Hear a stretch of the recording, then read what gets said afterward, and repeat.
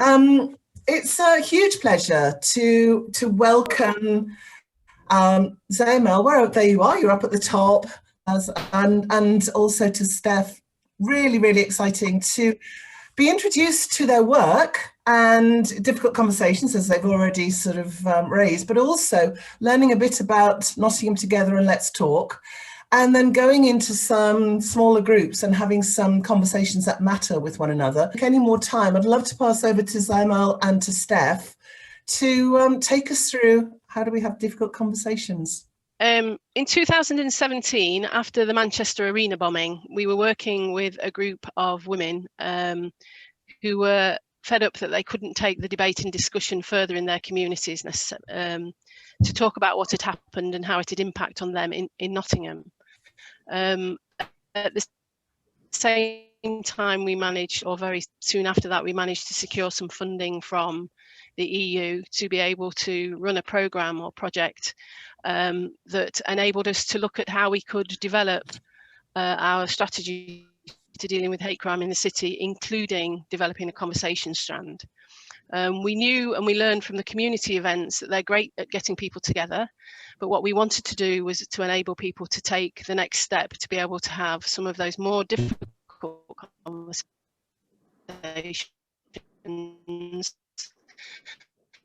to be able to come to some sort of resolution together and explore and understand.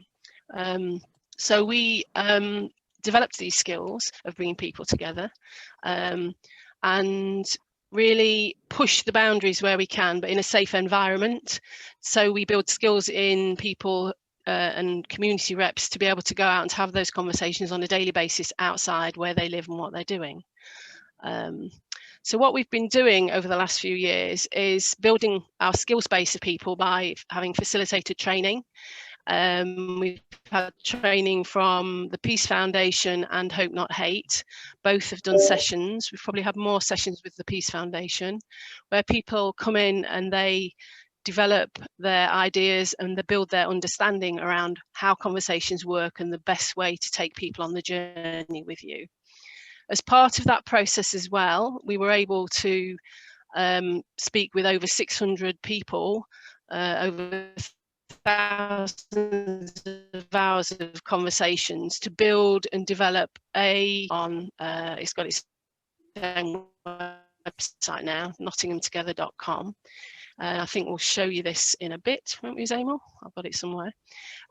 Which means that people out in the community can access that information at any time, so it's available to anybody. And we've been really lucky at being able to put that out in the Arrow to every household. But again, it's raised lots of issues for people. And to build confidence in people in being able to have the conversations, we have 2 sessions, both groups. The Women's Voices group meet twice a month, but also we've developed a difficult conversations group, which has really formed the basis and the background for a lot of this work. They meet twice a week as well. Both groups meet. The first session that they have is looking at the different topics they might want to talk about and then practicing a conversation around that.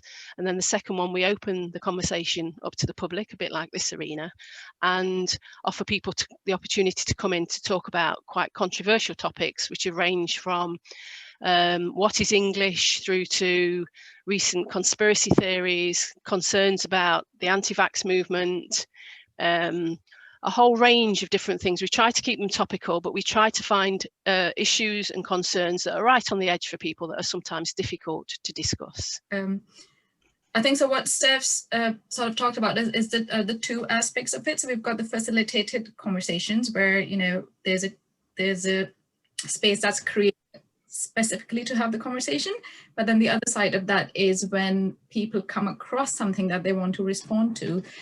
So, you know, it's well enough coming into a group and having a conversation, which can also get really challenging. But what a lot of people were saying as we were developing this work, what a lot of people were saying to us was, well, how do I respond when I hear something? So if a friend says to me, you know, I'm not going to get the vaccine because of this, or if my neighbor says that, you know, I couldn't get a doctor's appointment because there are too many immigrants in this country, how do I respond to that?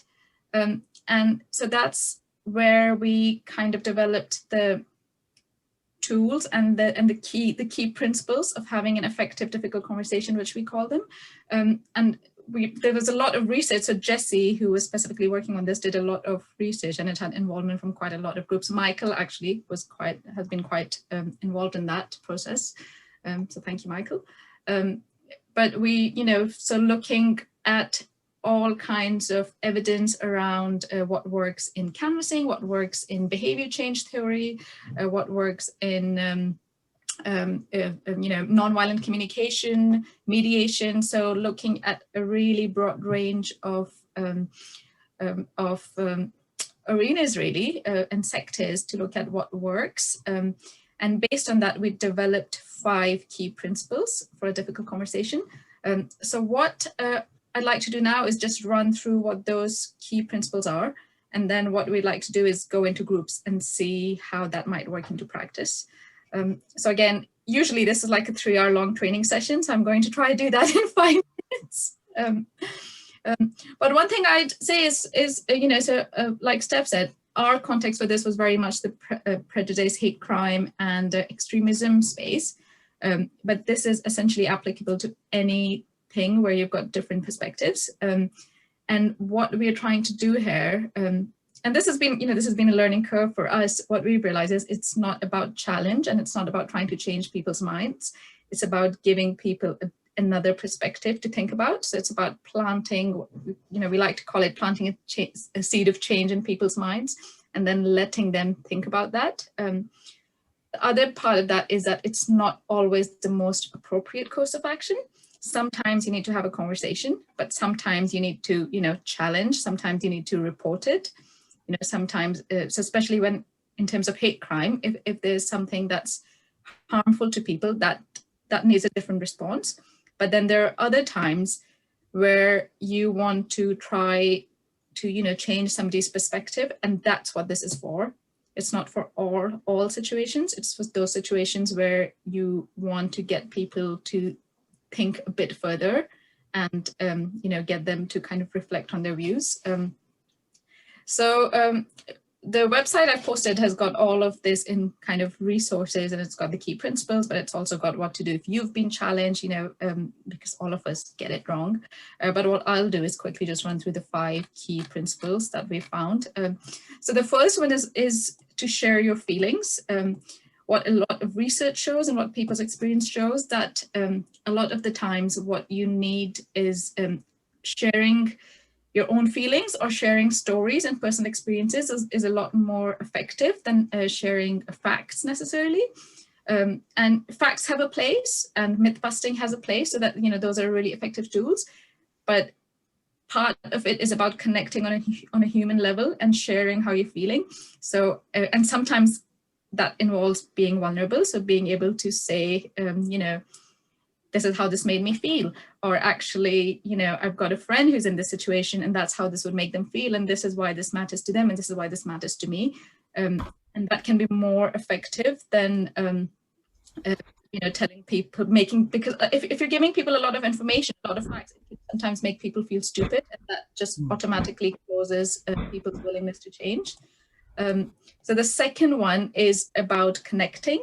So finding common ground. So you're more likely to get people to listen to you if you can find a point of connection with them. And that might be anything from a sport or, something that you like. I had a conversation in Bulwell Market once with, somebody who is as different to me as possibly could. And really wasn't going well until we kind of connected over our painful joints, which was the weirdest thing. But it's that being human and bringing the humanness into it again. The third one is to listen, and it's about really listening. It's about listening to where those views are coming from and where they're rooted in. So what's the need the person is trying to communicate by saying what they're saying, and a lot of the times that might not be what they've actually said. It might be about something else. Again, I think COVID anti-vaxxer stuff is a really good example of that. A lot of the time, when people are saying this is not safe, that's coming from a place of fear, or it's coming from a place of distrust, and it's about actually listening and acknowledging that as well. saying things like, I understand that might be hurtful. I understand this might make you feel this way, and really acknowledging people's feelings in that. So the fourth one is to avoid blame and shame. And that's, again, really, really important. And that's, I think the facts bit can come in there as well. If you're telling people they're stupid, or if you're telling people, labeling people as a racist, or possibly saying, so again, with the Brexit debate, sometimes this can come up quite a lot, is if people feel patronized by you, they're likely to listen to you.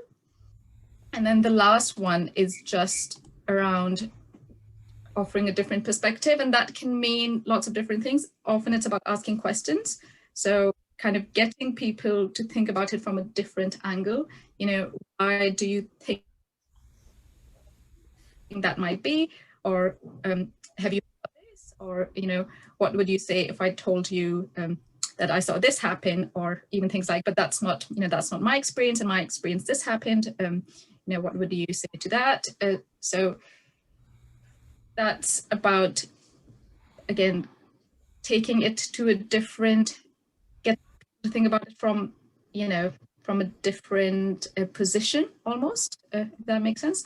So that's really quickly what we call key principles of an effective difficult conversation. You can't always apply all of them, but 2 or 3 of them, can usually mostly be applied in a conversation. That was very quick.